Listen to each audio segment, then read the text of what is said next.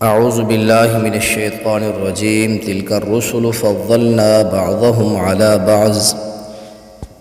تیسرے پارے کا خلاصہ اللہ تعالیٰ نے ابتدائی آیات میں رسولوں کے مراتب کو بیان کیا، بعض کو بعض پر ہم نے فضیلت دی، ہر ایک کو دوسرے سے الگ اللہ تعالیٰ نے فضیلت عطا فرمائی۔ جس طرح حضرت آدم کا مقام، حضرت نوح پہ، ہر ایک کے علیحدہ علیحدہ فضائل، مقام، مراتب، مناقب، ہر ایک کے اپنے اپنے۔ اس کے بعد اس پارے کے اندر دو بڑی آیات ہیں۔ سب سے پہلی آیت آیت الکرسی اور دوسری آیت مدائنہ لین دین والی، آگے آیت آ رہی ہے۔ آیت الکرسی کی فضیلت کے حوالہ سے قرآن کی بہت بڑی صورت ہے، یہ آیت ہے، یہ توحید باری تعالیٰ کے باب میں ایک فیصلہ کن آیت ہے اور اس کی بہت زیادہ فضیلت ہے۔ صحیح البخاری میں حضرت ابو ہریرہ رضی اللہ تعالیٰ عنہ سے مروی ہے، میرے ذمہ کھجوروں کے ایک ڈھیر کی حفاظت تھی، اچانک ایک بندہ آتا ہے، بلا جھجک وہ کھجوروں کو بھرنا شروع کر دیتا ہے، چوری کرنا۔ میں جب اس کو پکڑتا ہوں، منت سے ماجت کرتا ہے، میرے ذمہ بچوں کے حقوق ہیں، میری بڑی ذمہ داری ہے، میں ترس کر کے چھوڑ دیتا ہوں۔ اللہ کے نبی کو بتایا، آپ نے فرمایا وہ دوبارہ آئے گا، اور پھر وہ آیا، اس نے اس طرح کے بورا بھرنا شروع کر دیا، میں نے پکڑا، اس نے منت سماجت کی، میں نے چھوڑ دیا ترس کر کے۔ آپ کو پھر بتایا، آپ نے فرمایا وہ دوبارہ آئے گا، وہ تیسری مرتبہ آیا، میں نے اب عزم کر لیا بھائی اس کو چھوڑنا نہیں ہے جو یہ چوری کر رہا ہے۔ اس نے بڑی منت سماجت کی اور آخر میں اس نے کہا کہ میں آپ کو ایسے کلمات بتاتا ہوں، وہ بہت عظیم کلمات ہیں، اگر آپ بستر پر لیٹتے ہو وہ کلمات پڑھ لیں تو آپ کی کبھی چوری اور آپ کو کبھی شیاطین سے نقصان نہیں ہوگا، شیطان آپ کے قریب تک نہیں آئے گا۔ تو حضرت ابو ہریرہ رضی اللہ تعالیٰ عنہ صحابہ ذوق بڑا تھا، علم کا، علم حاصل ہو رہا تھا، علم مل رہا تھا۔ آپ نے فرمایا ٹھیک ہے یار بتا دے، میں تجھے چھوڑ دیتا ہوں۔ تو اس نے بندے نے کہا کہ بستر پر لیٹو تو آیت الکرسی پڑھ لیا کرو، اس سے آپ کے اولاد کی، مال کی حفاظت ہوگی۔ صبح ہوئی تو میں نے اللہ کے نبی کو رات والی ساری بات سنائی، تو آپ نے فرمایا آپ کو پتہ ہے وہ کون تھا؟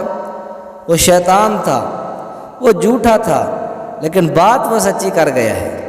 تو یہ روایت سے البخاری کے اندر آتا ہے۔ اس کے بعد اگلی آیت میں فرمایا اللہ نور السماوات اس آیت کے اندر فرمایا اللہ ولی الذین آمنوا، توحید نور ہے، نور ہدایت، تو نور ہے یہ، اور شرک جو ہے یہ ظلمات ہے، ظلم ہے، اندھیرے ہیں، تاریکیاں ہیں یہ۔ اور اس کے بعد آگے اللہ تعالیٰ نے نمرود کا واقعہ بیان کیا۔ آیت الکرسی میں اللہ تعالیٰ کی صفت بیان ہوئی، حی القیوم، وہ زندہ ہے، قائم رکھنے والا ہے۔ تو جب توحید کے منکر نمرود کے ساتھ حضرت ابراہیم علیہ السلام کا مناظرہ ہوا تو اس بدبخت نے یہی کہا کہ میں زندہ کرنے والا ہوں، انا احیی و امید، میں زندہ بھی کرتا ہوں، میں مرتا بھی ہوں۔ حضرت ابراہیم علیہ السلام نے اسے چیلنج کیا، اگر تیرے اندر جرت ہے تو سورج کو اپنی مرضی سے مغرب سے طلوع کر کے دکھا مجھے۔ فبہت الذی کفر، کافر ہکا بکا رہ گیا۔ فإن اللہ یاتی بالشمس من المشرق، اللہ سورج کو مشرق سے نکالتا ہے، اگر تیرے اندر ہمت ہے تو اس کو مغرب سے نکال کے دکھا۔ فبہت الذی کفر، کافر جو ہے لاجواب ہو گیا، بے دلیل ہو گیا۔ اس کے بعد آگے نیچے اس مناظرے کے بعد بعث بعد الموت کے کچھ دلائل بیان کیے گئے، مرنے کے بعد اللہ تعالیٰ زندہ کر سکتا ہے۔ اس میں پھر دو واقعات ہیں، حضرت عزیر علیہ السلام اور حضرت ابراہیم علیہ السلام۔ جس وقت بخت نصر بادشاہ کے ہاتھوں بیت المقدس اجڑا ہوا، ویران ہو گیا، تہس نہس کر دیا بخت نصر نے، تو حضرت عزیر دیکھ کر کہتے ہیں کہ یار یہ بستی کب، انا یحیی ھذہ اللہ بعد موت، کب یہ بستی دوبارہ بنے گی، یہ علاقہ سرسبز ہوگا، یہ کھنڈرات ہو گئے ہیں۔ اللہ نے مسئلہ سمجھانے کے لیے وہیں فاماتہ اللہ 100 عام، اللہ نے 100 سال سلا دیا۔ 100 سال کے بعد اللہ نے زندہ کیا، کھانا بھی ویسے لم یتسنہ، کھانا بھی جو ہے خراب نہیں ہوا، جانور جو تھا وہ بھی اللہ نے، ہڈیاں ختم ہو گئی، اللہ نے دوبارہ زندہ کر دیا۔ تو موت کے بعد اللہ نے دوبارہ زندہ کیا، تو یہ عقیدہ سمجھایا جا رہا ہے بعث بعد الموت، مرنے کے بعد دوبارہ زندہ کرنے والا اللہ ہے، یہ قدرت اللہ کے پاس ہے۔ اس طرح پیغمبر حضرت ابراہیم علیہ السلام نے اللہ سے فرمایا، اے اللہ تو کیسے زندہ کرتا ہے اور کس طرح تو مارتا ہے، میں یہ تیرا قدرت کا کرشمہ دیکھنا چاہتا ہوں۔ اللہ نے فرمایا، اے ابراہیم تیرا ایمان نہیں ہے؟ قال ولم تؤمن قال بلا ولکن لیطمئن قلبی، اللہ میں صرف دیکھنا چاہتا ہوں، مقصد دیکھنا ہے، نعوذ باللہ مجھ جانتا ہوں، صرف دیکھنا چاہتا ہوں۔ اللہ نے فرمایا 4 پرندے پکڑ، ان کے ٹکڑے ٹکڑے کرو اور ان کو 4 پہاڑوں کی چوٹیوں پر رکھو، پھر ان کو بلاؤ، وَادْعُنَّ يَأْتِينَكَ سَعْيًا، وہ تیرے پاس دوڑتے ہوئے ہیں۔ اور اسی طرح کیا، 4 پرندے گوشت کاٹا، ملایا، مکس کیا، بلایا، سارے پرندے بھاگتے ہوئے دوڑتے ہوئے آپ کے پاس ہے۔ اور آخر میں آپ نے فرمایا وَاعْلَمْ أَنَّ اللَّهَ عَزِيزٌ حَكِيمٌ، یقیناً میں جان گیا کہ تو ہی غالب حکمت والا ہے، تو ہے غالب سب معاملات کے اوپر۔ تو یہ اللہ تعالیٰ کی قدرت کے کرشمے آپ نے دیکھے۔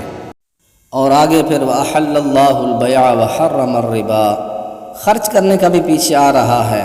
انبیاء اللہ تعالیٰ فرماتے ہیں کہ وہ لوگ جو دن رات خرچ کرتے ہیں، خرچ کرنے کی ترغیب دی گئی۔ الشیطان یعدکم الفقر ویأمرکم بالفحشاء، شیطان تمہیں فقر دلاتا ہے، بھئی خرچ کرو گے مال ختم ہو جائے گا، اللہ کہتا ہے خرچ کرو تمہارا مال بڑھے گا۔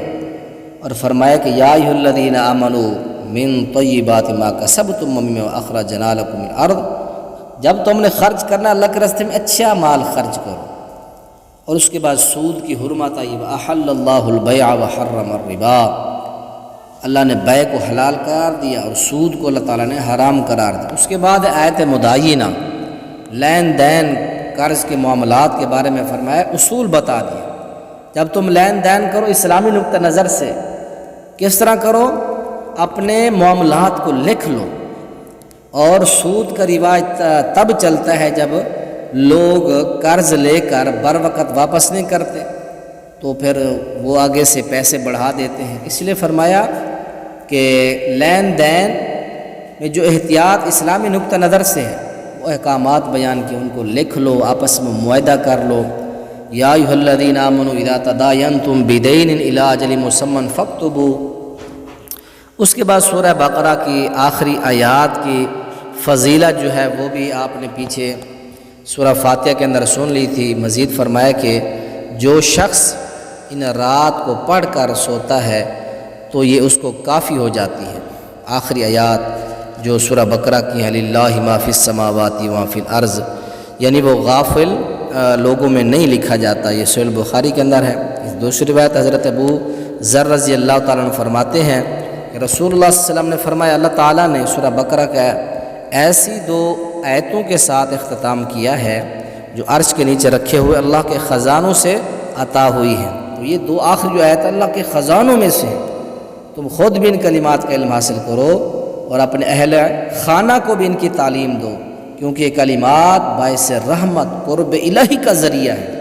یہ مستدرک حاکم کے اندر روایت اگرچہ سندن ضعیف ہے، تو یہ آخری 2 آیات کی بھی بڑی فضیلت بیان کی گئی ہے۔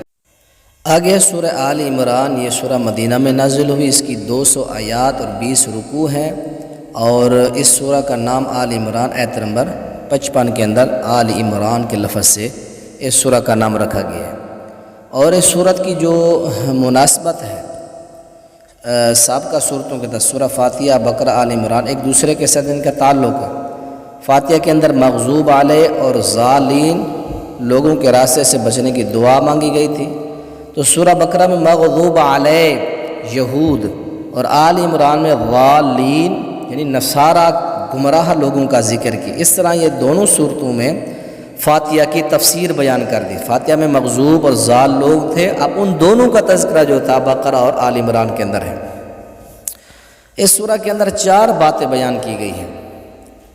کون سی؟ نمبر 1 مناسبت تو ہو گئی، اور دوسری بات ہے اس میں اللہ کی قدرت کے عظیم 4 واقعے بیان کیے گئے۔ نمبر 1 جنگ بدر میں 313 کا 1000 کے لشکر کو شکست دینا۔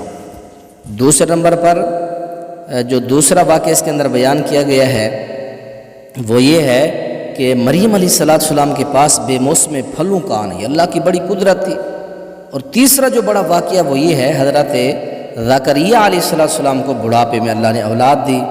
اور چوتھا جو سب سے بڑا اہم واقعہ وہ یہ ہے کہ حضرت عیسیٰ کی پیدائش بغیر باپ کے ہوگی۔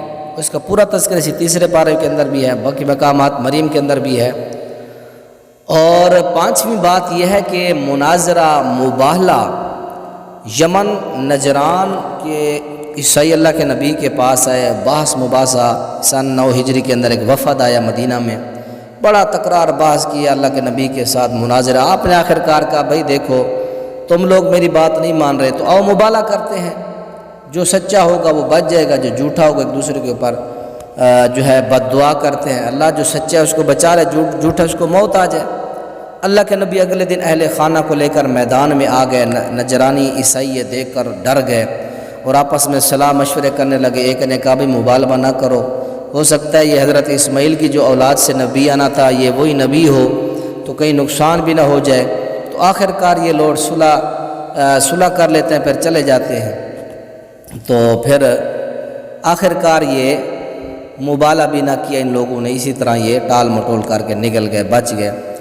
اور اس کے بعد جو چھٹی بات اس کے اندر سابقہ انبیاء سے اللہ نے عہد لیا ہے، نبی علیہ السلام کی نبوت کا عہد لیا کہ جب میرا نبی محمد رسول اللہ آ جائے اخذ اللہ میثاق النبیین لما آتیتکم من کتاب، جب وہ نبی آ جائے ثم جاءکم رسول مصدق لما معکم لتؤمنن به ولتنصرنہ، جب وہ پیغمبر آ جائے تو ہم نے اپنی نبوتیں چھوڑ دینی ہے، سب کچھ تم نے ختم کر دینا ہے۔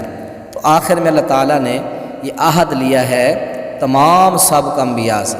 تو یہ 6 باتیں بیان کی گئی ہیں سورہ کے اندر، آگے پھر چوتھے پارے کے اندر بھی کچھ باتیں آئیں گی۔ تو یہ چند ایک گزارشات اور باتیں تھیں، اللہ تعالیٰ قرآن پاک کو سمجھنے کی توفیق نصیب فرمائے۔ السلام علیکم ورحمۃ اللہ۔